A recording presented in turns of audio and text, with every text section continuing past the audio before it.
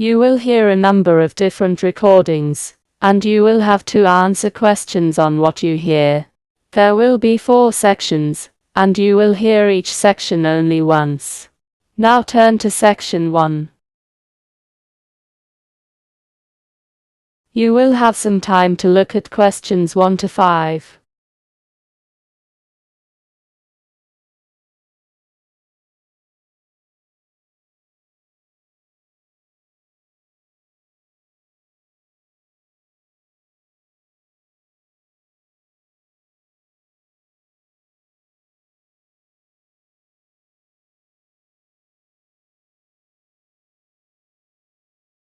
Now listen carefully and answer questions 1 to 5. Good morning, City Explorer Tours. You're speaking with Laura. How may I help you today? Hello, I'm interested in booking a guided walking tour around the city. Wonderful. May I have your name, please? It's James Carter, Carter. Thank you, Mr. Carter. What date would you like the tour? Next Tuesday, the 6th of June. Okay, Tuesday the 6th. And how many people will be joining? Just 2, myself and my sister. Got it. Our morning tours begin at 10 a.m. and typically last about 3 hours. That should work nicely. How much does it cost per person? It's £25 per person, and it includes light refreshments. Now listen and answer questions 6 to 10. Yes, we accept all major cards over the phone or in person. That's fine. Can I pay in advance with a card? Absolutely. The tour covers the main historical landmarks, Also, could you tell me what the tour includes? including St. Mary's Cathedral and the Old City Walls. You'll also visit 2 of the most popular local markets. Oh, she'll enjoy the Artisan Street Market then. That sounds great. My sister is especially interested in local crafts and food. By the way, do you or your sister have any dietary restrictions? Yes, I'm gluten intolerant. Thank you for letting us know. We'll make the necessary arrangements. Appreciate it. One last question. What should we bring along for the tour? Just comfortable shoes, a water bottle, and a light jacket in case of rain. Now turn to section 2. You will hear a tour guide talking to a group of visitors in a local park. First, you have some time to look at questions 11 to 15.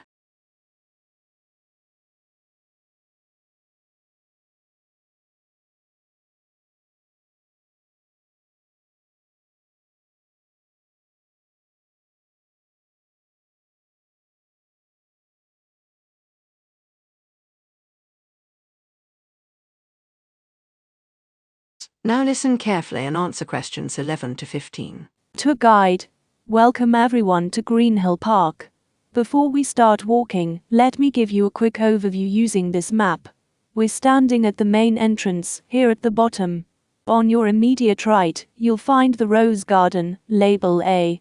It's especially beautiful in the spring with more than 40 varieties of roses.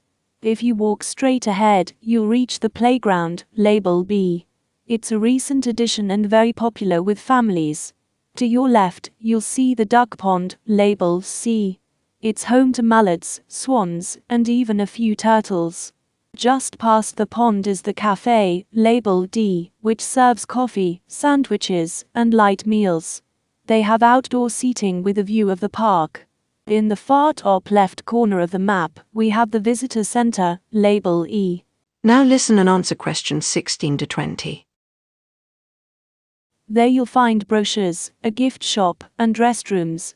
Greenhill Park spans 35 acres and was officially opened to the public in 1985. It's one of the city's most visited green spaces, welcoming over 500 visitors each day, especially during summer. There are over 100 types of trees spread throughout the park, some of which are rare and over 100 years old. The cafe operates daily from 9 a.m. to 5 p.m., and it has options for vegetarians and gluten-free diets. Public toilets are located near the main gate and cleaned 3 times a day. The staff here takes pride in maintaining a clean and safe environment for everyone.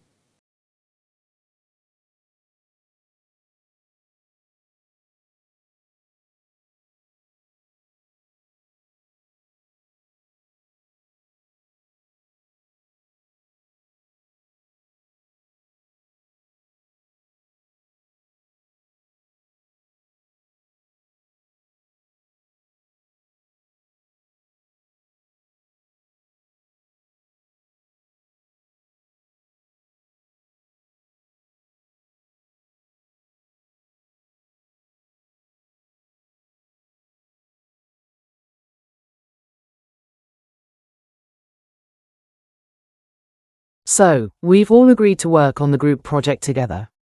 We need to decide who's going to do what. Yeah, and we don't want to leave it all until the last minute like last time. Agreed.